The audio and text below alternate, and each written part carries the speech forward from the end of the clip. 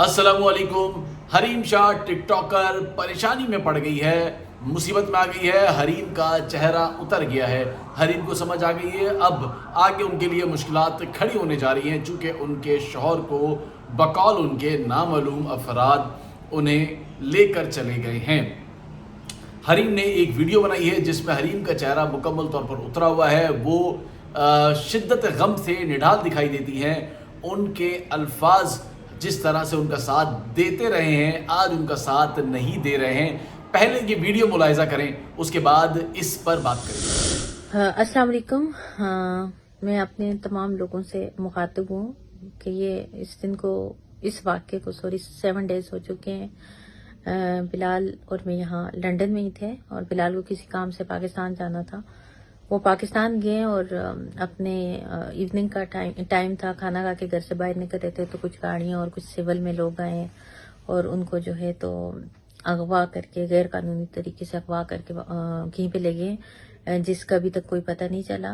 मुतल्लिका थाने में हमने कंप्लेन की और बहुत सारे इदारों से हमने रजू किया और ये पता करने की कोशिश की, तो किसी भी इदारे को इसके बारे में कोई भी किसी भी किस्म की खबर नहीं थी कि वो हमें मुतला करते कि किस वजह से या किस रीज़न की वजूहात पे उठाया गया है।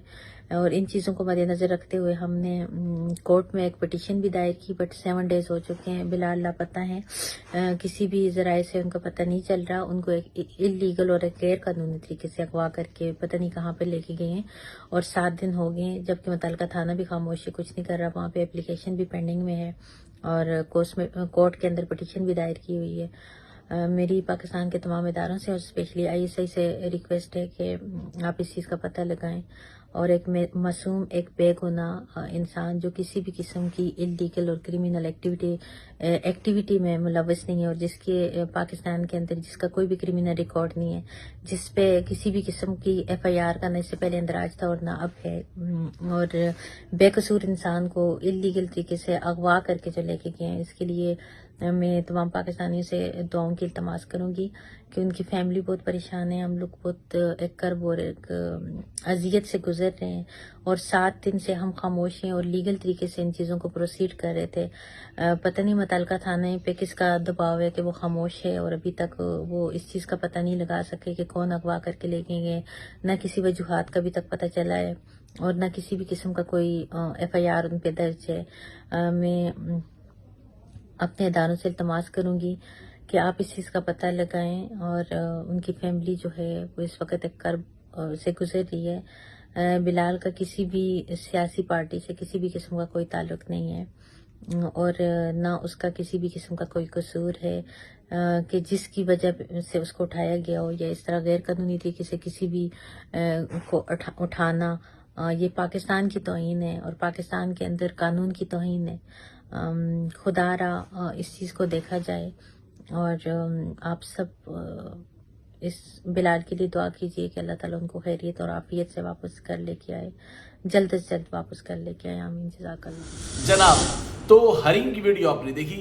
हरीम शाह जो हमेशा तनकीद करती रही हैं, सियासतदानों की पोल खोलती रही हैं, सियासतदानों का मकरू चेहरा दिखाती रही हैं और ये बताती रही हैं कि सियासतदान के साथ कुछ ऐसी नाज़ेबा वीडियोस भी उनके पास हैं जिसका चर्चा हमेशा रहा भी है और जिसकी वजह से वो भी TV चैनल्स की, सोशल मीडिया की जीनत बनती रही हैं। लेकिन आज वो परेशानी में मुब्तला हो गई हैं और उन्हें समझ आ गया है कि मज़ीद दाल गलने वाली नहीं है, बल्कि उनके गिर्द भी घेरा तंग होता जा रहा है।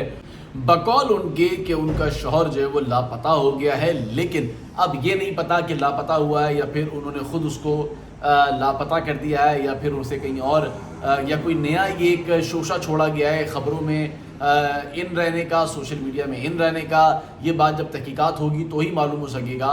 लेकिन कुछ वीडियोस भी मंजर-ए-आम पर आई हैं जो कि उन्होंने खुद शेयर की हैं कि कुछ सरकारी गाड़ियां थी जो कि उनके शौहर बिलाल को जो है वो लेकर जा रही थी, लेकिन उसमें बिलाल कहीं नज़र नहीं आ रहे। सरकारी गाड़ियां नज़र आ रही हैं। वो सरकारी गाड़ी कोई भी हो सकती है, ज़रूरी नहीं कि सरकारी गाड़ी वही है जो लेकर गई है। खैर, ये सारी तहकीकात भी चल रही है और साथ ही इसका मुकदमा भी दर्ज करा दिया है डिफेंस थाने में और डिफेंस थाने में मुकदमा दर्ज हो गया है। साथ ही पटिशन भी लगा दी है उसकी। बिलाल कौन है? बिलाल पुलिस का एक सिपाही था جو کہ درخشاں تھانے میں ڈیوٹی کرتا تھا، بعد میں اسے کسی وجوہات کی بنا پر جو وہ ڈسمس کر دیا گیا تھا۔ بلال پولیس کی بھرتی میں شامل تھا۔ 2012-13 میں بتاتے ہیں کہ وہ سندھ پولیس میں شامل ہوا تھا، پھر اس نے ٹریننگ کی تھی، ٹریننگ کے بعد وہ درخشاں تھانے تعینات ہو گیا تھا، لیکن تعیناتی کے بعد پھر اس کے رابطے سیاسی بنیادوں پر بھی بڑے مضبوط تھے، اور پھر حریم شاہ کے بعد سماجی رابطے بھی بہت زیادہ مضبوط ہو گئے، اور اس کا جو نیٹ ورک ہے وہ بہت وسیع پیمانے پر جو وہ پھیل گیا۔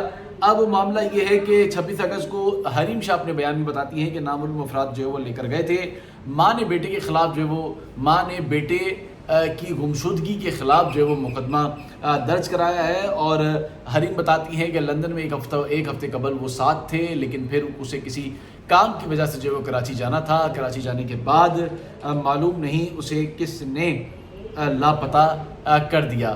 اب دیکھنا یہ ہے کہ حریم بلال کے لیے کراچی آتی ہیں یا نہیں آتی، یا پھر انہیں بھی اس بات کا ڈر خوف ہے کہ اگر وہ کراچی آئیں گی تو ان کے خلاف بھی کوئی بنا مقدمہ ہوگا، چونکہ سائبر کرائم میں جب آپ اس طرح کی کوئی بھی باتیں کرتے ہیں تو سائبر کرائم کا مقدمہ آپ پہ بن سکتا ہے۔ تو اب دیکھنا یہ ہے کہ کون سا مقدمہ جو ہے وہ سامنے آتا ہے۔